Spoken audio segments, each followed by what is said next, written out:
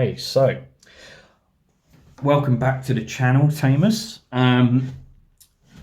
Today's deck profile, I think you can already see what we're going to be flaunting today. But we're going to be showing off my version of the Imperialdramon Fighter Mode and Dragon Mode. This is my current deck. I've been playing this since BT8.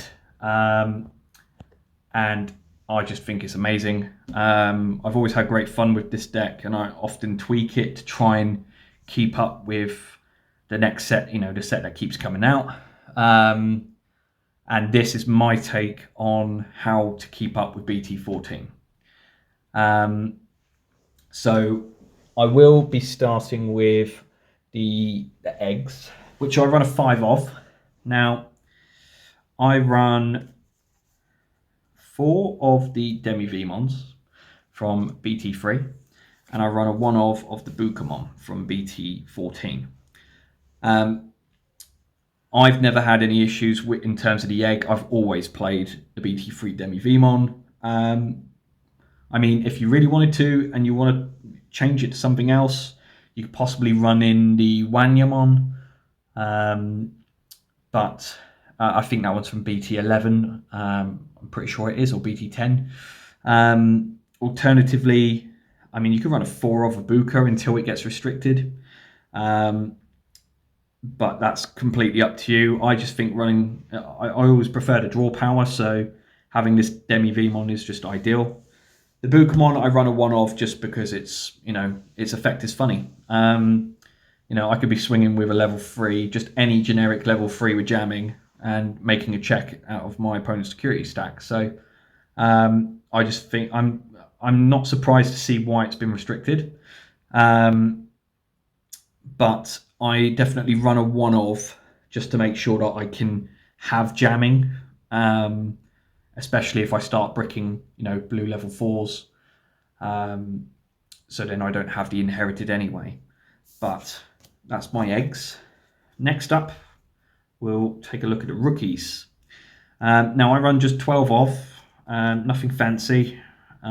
We run a 4 of Wormmon from BT12. We run a 4 of BT12 Vmon. And then last but not least, we run the promo Vmon recently released. I quite like having searching power, and it definitely does help, in terms of searching for the pieces I need. As an example, normally I would use Wormmon in the raising area. However, desperate times, it can mean that you hard play it to try and search for at least a Digimon with 3 in its traits, or something with Imperialdramon in its name. I don't play any Kens in this deck, so I try to avoid hard playing the Wormmon as much as I can, but sometimes it just can't be helped. The Vmon from BT12 is essentially your best searcher. You get to pick a Digimon with 3 in its traits or an Imperialdramon in its name, and you get to pick a Davis. So hitting 2 targets in a search is quite cool, and it definitely sets you up a lot faster. The promo Vmon, I'm still on the fence about. I do like the fact that you can reduce the Digivolution cost by 1, so long as you have a Tamer and you Digivolve into something with 3 in its traits. And the fact that it's inherited means you can draw every time you swing, because it's not once per turn, is just a bit nuts. But yeah, I mean, depending on what you have in your hand, you're sort of prioritizing either the Wormmon or the new Vmon in your raising, whereas you'll be hard playing the Vmon from BT12 all the time just to try and maximize your searches. But they're the 12 that I run off. And now we'll move on to the level 4s. So I run 10 level 4s in total. We run 4 of the EX1 Vmon, X Vmon. We run 1 BT12 XVmon. We run 2 of the BT12 Stingmons. And we run 3 of the starter deck Stingmons. Now, you can change your ratios as much as you want. All of these cards have a purpose, and they're all very good for your deck, regardless of how you change up the ratios. This is the ratio that works well for me. I really have not changed much about this since the BT12 stuff has come out. I quite like having the XVmon from EX1. If I have that in turn 1 and Digivolve, and then next turn I can just swing, that's ideal. The only problem this card has now is because of the new ace mechanics that have been released. Somebody goes into a Sudamon or a Magna Race, you're effectively saying bye-bye to XVmon. So you don't quite get that second, that swing anymore, because you have to now take a more cautious approach. I run the one of the XVmon from BT12, just purely on the basis of its effect. You gain 1 memory when you DNA Digivolve, which is great. The same applies for the Stingmons from BT12 as well. However, I really like this card purely for its inherited, which is piercing. With the right stack and the right swing, having that piercing comes in clutch. But yeah, it's just a very good 2-of. You could maximize it to 4 if you really want to. We've got all the draw power we need now through just the rookies. So it's up to you, but I run 2 and then a 3-of the Stingmon from the starter deck 9. Mainly for, you get to play it for a free cost if you have a blue Digimon in play, which sometimes works. What am I saying? Sometimes it always works. It's inherited. You get to draw a card every time you swing, much like the promo Vmon. So you could swing and you'll draw 2 instantly, plus the egg. So there's 3. If you've got a Imperialdramon, starter deck version, you swing again, drawing another 2 cards. So you could be drawing 5 cards in just 2 swings, or depending on the stack, you might have another Vmon in the other half of the DNA stack. So you could be going anywhere up to 6 or 7 cards. But these are the ratios I work with. They're pretty solid. But you can run these ratios any way you want, and it will probably still have the same sort of balance for the deck anyway. Next up, we've got level 5s. Now, BT12 Imperialdramon, we run a 2-of.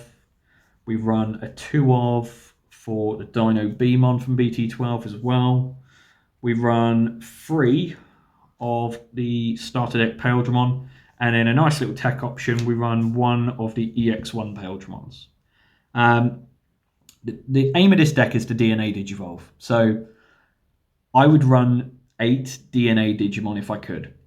However, with the current format of this game, where wide boards seem to be an issue, and as part of that wide board, there's a lot of prevent deletion effects going on. So I find having the 1-of the CX1 Imperialdramon goes really well, because if you Digivolve into an Imperialdramon, this inherited then applies. If you swing, it can't be blocked. So it's nice to just cut through the wall without having to do anything at all. So, I mean, you could use this as a 1-of anyway, but I also like its when Digivolving effect. When you Digivolve it and you have a Digimon with 3 in its traits as part of its sources, you get to unsuspend. So if your opponent's not in a position to use those counter ace cards, you could swing with the EX1 XVmon, Digivolve into this for a free cost, and then swing again with jamming. So you could do 2 checks for silly reasons. The starter deck Imperialdramon at the top here. I mean, you could just run a 4-of. You could run a 4-of of this, 4-of of Dino Beamon, or you could do a 4 and a 4. It really is up to you what you prefer to do in terms of your playing style. I think all of these cards have their current purposes in the format right now. The Imperialdramon, you got your DNA Digivolve, you bottom deck something with 6,000 DP or less, which is great. It very rarely whiffs, and you can also swing twice. So it's just a very aggressive card, just overall. The BT12 Imperialdramon, I find, is very good for tackling X-antibody decks. Your DNA, you don't even need to DNA. You can just Digivolve and trash the top 3 sources of all of your opponent's Digimon. So it's just a very good card. It's very strong. I definitely say it's more of a defensive card than it is an aggressive, which will lead me on to my next point in a second with Dino B. Imperialdramon's inherited effect is that you gain a memory when you swing with a Digimon with Imperialdramon in its name, but it's an end of attack trigger. So your Digimon needs to survive in order to gain that memory. The Dino Beamon, as I mentioned a second ago, Imperialdramon here is more defensive. The Dino Beamon is very aggressive. You DNA, you suspend a Digimon, then you have the opportunity to swing into that Digimon, and you get a 3k boost. Whilst on the way, if you have a certain tamer in play, you can then Digivolve into a Dragon mode or a Fighter mode for its cost, and potentially do a whole range of different effects to either bottom deck your opponent's board or bounce things back to hand. Its inherited is also very good as well. If you combine the Dino Beamon with the BT12 Stingmon with Piercing, your Digivolve, delete the Digimon, and then its Dino B's inherited will then trigger, which will be that you trash the top card of your opponent's security stack. So it's just very, very good. One thing I failed to mention was that Imperialdramon's inherited is not once per turn. So it's every time at the end of the attack, you'll gain a memory every single swing, so long as your Digimon survives. And with jamming, that normally is the case. But yeah, it's they all have their own purposes, depending on the decks that you go up against, really. So I run a one-off tech, but otherwise, again, this is the kind of deck where you can do your own ratios to best suit your gameplay. So it is what it is. But level 6s, we run 6 in total. So we got 1 of the BT8 fighter mode, 2 of the BT12 fighter mode, 1 of starter deck dragon mode, and 2 of the BT12 dragon modes. Honestly, you could just run 2 fighter modes and 4 dragons. It's what I used to do, but I don't anymore. And that's because I feel like you can waste the extra 2 memory to fully do what you need to do. Starting with the starter deck dragon mode, this is just good. If you want to go wide, or 2, you play 2 new Digimon. And then you could potentially DNA them if you select the right cards. And if it's still your turn, you can then keep swinging. It's just a very good card to have. It is a 4 cost, so it is quite high. And you risk, handing your turn over back to your opponent. But it's still a good card nonetheless. The BT12 version, I love this dragon mode. You Digivolve, it unsuspends. You suspend one of your opponent's Digimon instead. And if you're currently mid-swing with a certain Dino Beamon, at the end of the attack, you can Digivolve into a fighter mode of your choosing for no cost. Because, these Digivolve for 2 on top of the dragons. So you reduce it by 2, it's no cost. And then you get to play with all sorts of effects. The BT8 fighter mode, I only run in here. I think it's more for an aggressive approach. I think it's just a good card overall anyway. It didn't really see much game plan between BT12 and BT13 because I was so fixated on these 2. But I think at the moment, if I wanted to change my dragons into the new dragon mode Ace, I mean, I'd probably run 2 of these instead of 1, and then maybe just one of those. But again, you can mix and match your ratios as much as you want, as you know, to best suit your playstyle. So, but yeah, I find I run this as more of an aggressive type. You know, you can potentially swing twice if you've got the memory, and you get to suspend a Digimon. So it's just a very good card. You can potentially board clear or get rid of an incoming threat. So yeah, it's just a very good card. But for me, the best fighter mode in the game is this one, BT12. You know, all turns, as long as it has dual color underneath him, he gains security attack +1. He also gets blocker, and he also gets an additional 1000 DP for each of its colors.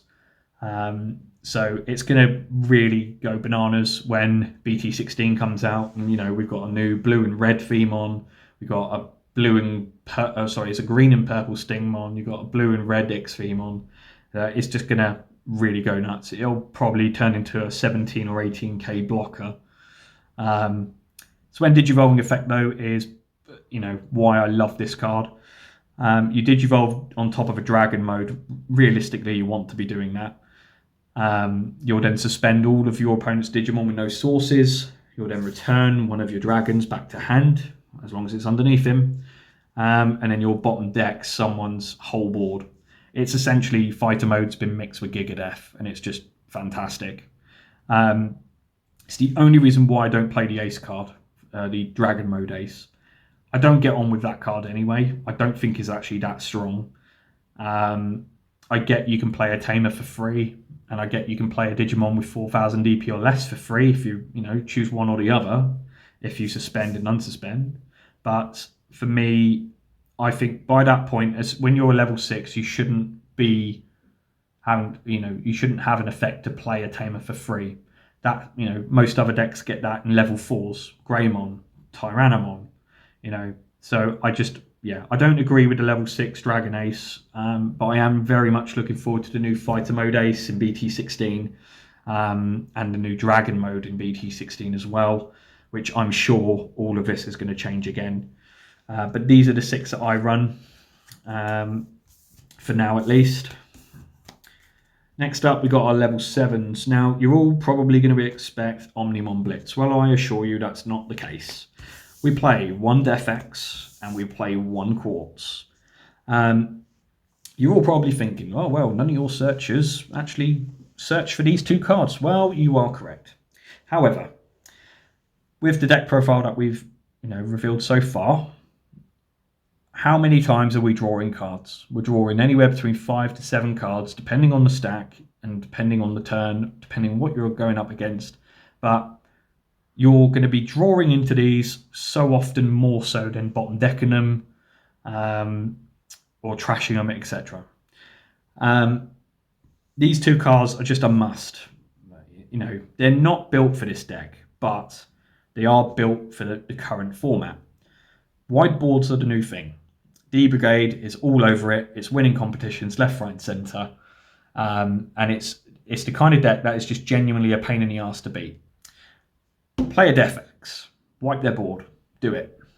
It's just easy enough to do. You can play this for a 0 cost depending on what your opponent has in play, which a lot of the time they're going to have more than 6 or 7 bodies in play, especially if they're playing D-Brigade. At the same time, it's just a good one-of anyway. You get to de-digivolve one of your opponent's... de-digivolve all of your opponent's Digimon. And then you get to delete anything that's level 4 or lower. But at the same time, it stalls your opponent because it also has an end of opponent's turn where they have to delete one of their Digimon with... they delete all of their Digimon with the lowest play cost. So it's just good for stalling. And then your opponent has to start thinking, how do I get this off the board, or how do I try and go for game without passing my next turn?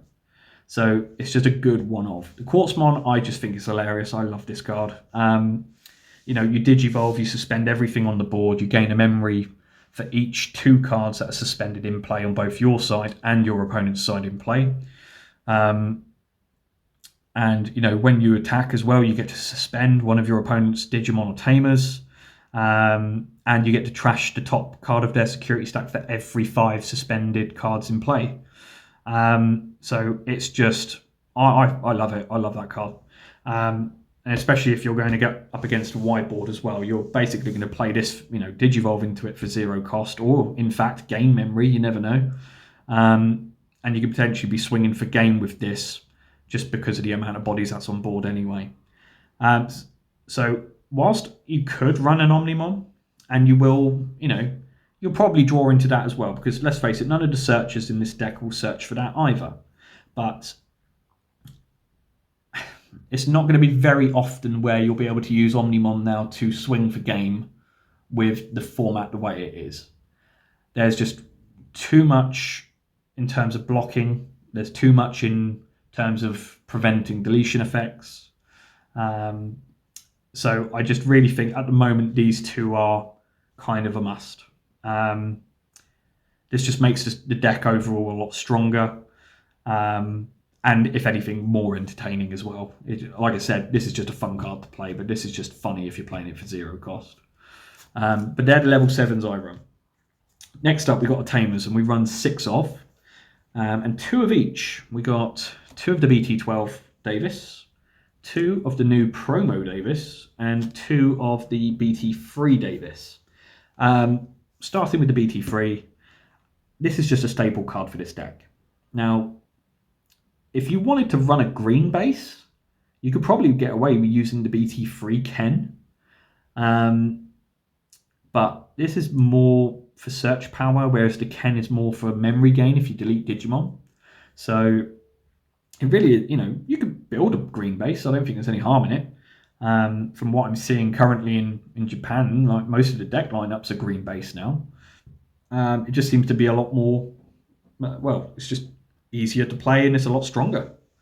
But for now, at least in this format, like I play 2 of, could be a 3 if I really want to, but I think 2's enough, and the search power from it is very good anyway. Moving on to the BT12, I really like that one.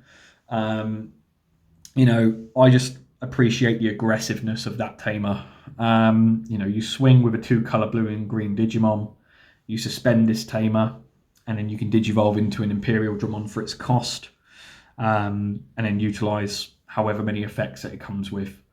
And that all comes before the counter, it all comes before blocker, so you can avoid any, surprises. And it's just genuinely a really good card, I think. It will probably make way for the Davis and Ken that's been revealed in BT16. Just because that card seems to be crazy good. But for now, at least, this is what I would run. The next tamer, I had to grow into this tamer. I wasn't a huge fan of it to start with, but it's a very good early game card. You play it, you do one of 2 effects. You either play a Vmon or you Digivolve into an X-Vmon, both of which are no further costs. So you are effectively just playing a 3 cost tamer, and you can play out a body or Digivolve into a new body. I don't mind it. Like I said, I'm sort of still growing into it, but I could happily take this out and put 2 Davis and Kens in, or throw in a Davis and Ken and add 1 more to this Davis. But this is what I'm working with at the moment. It seems to do the trick. And, both of these cards especially, start a main phase, you gain a memory if you have a Digimon with 3 in its traits, or particularly this one, if you have a Ken, it should go in play. But we don't run any in this. But yeah, I run 6 of in terms of the tamers. They all have the sort of purpose, really, searching or aggression, one or the other. And then lastly, we'll move on to the option cards. Now we run 2 of the blue memory boosts. We run a 2 of the Megadeth. We run a 1 of Hidden Potential and a 1 of Sorai. Again, I know we've got quite a bit of search power in here already, but I quite like the blue memory boost in this deck. I did try running the training boosts, but you know, a majority of the DNA Digimon we use in this only have DNA Digivolve effects, so they won't apply if they just Digivolve normally, which is just not ideal. So you'll be Digivolving for quite a high cost anyway, and just not having anything to benefit that. So I just think, you know, gaining 2 extra memory, if you need it and you delay it and get that memory, that's great. But at the same time, you know, you search the top 4 cards of your deck and you're looking for a blue Digimon, so which is pretty much everything in this minus the 5 Stingmons. So you're laid out to find something. Megadeth, you know, self-explanatory really. You suspend 1 Digimon and then you bounce a suspended Digimon back to your opponent's hand.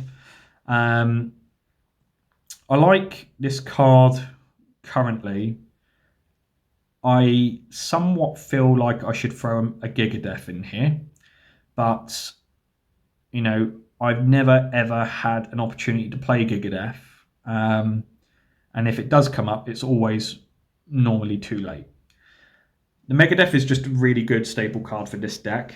You know, you can bounce an imminent threat, or you can bounce something that potentially will stall you. So you know, you can get rid of the memory blockers or play blockers, etc. So it's a good tool to have, and it, you know, often gets found in security. But it's just a solid 2-of. I don't think you need to play more than that. If you do, I mean, you could run a 4-of if you really wanted to. At least you're almost guaranteed to find them in your security. But this is why I move on to the next couple of cards. Hidden Potential is a 1-of. It's a must-of. It's just such a good card. It's like you automatically win with this card. It's nuts. You know, you suspend 1 Digimon to reduce the next Digivolution cost of a green Digimon by 5. So if I really wanted to, I could go into my fighter modes for no cost, and then just trigger their effects. Ideally, though, I want to have the dragon modes under them so I can maximize them. But sometimes you get caught in a situation where you desperately need to use it. You could be bricking. You could just need to utilize the effect because you don't have any memory left, and you're worried that it might lead to consequences the next turn. So it's just a really, really good 1-of. We already know it's restricted, so you can only play 1-of. But it's just a really good card. The last option card I have is Sorai. I think for obvious reasons, like I mentioned earlier, there's a lot of wide boards being played, you know, currently in this format. And with the ace cards as well being sources, you know, you can play this from your hand for a cost of 4. If you hit an ace card, suddenly, you know, it's a 1 cost, depending on which ones you're hitting. If it's a level 6 ace, for example, you know, you're playing this for free. It's also good at stalling your opponent for the turn, especially if they have only Digimon with no sources in play, which appears to be quite frequent now. So yeah, it's just a good 1-of. I think you could probably play more, but I think a 1-of is fine, and then 2 further, you know, security bombs as such. I used to run Hammer Sparks. I took those out. Ice Wall, I've taken that out. Sadly, I don't think Ice Wall's nearly as strong as it used to be. There's too many decks now where you gain so much memory and you can just keep swinging. Ice Wall just doesn't seem to be a problem for most decks now. So sadly, I've had to take it out and swap it over for something more relevant, which in this case is Sorai.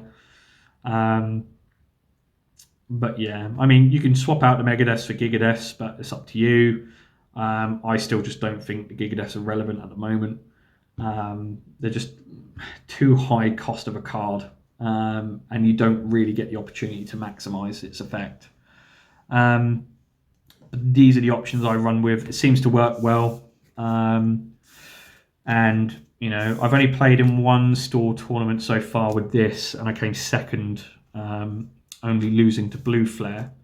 I didn't even get to play against Blue Flare in that tournament, to be brutally honest, but it came first anyway.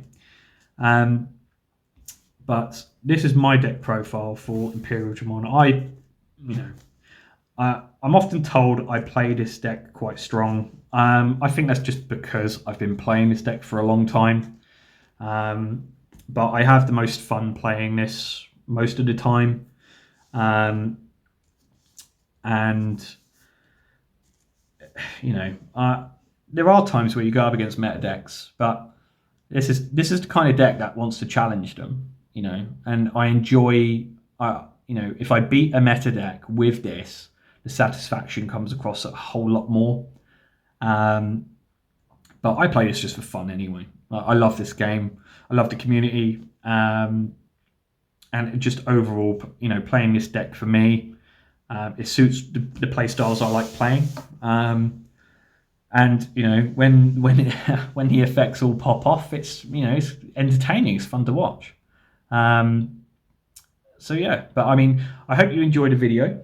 I hope this deck profile helps you build your own versions of this deck. I mean, I've been saying it quite a bit in this video, but the ratios, you can change them as you want them.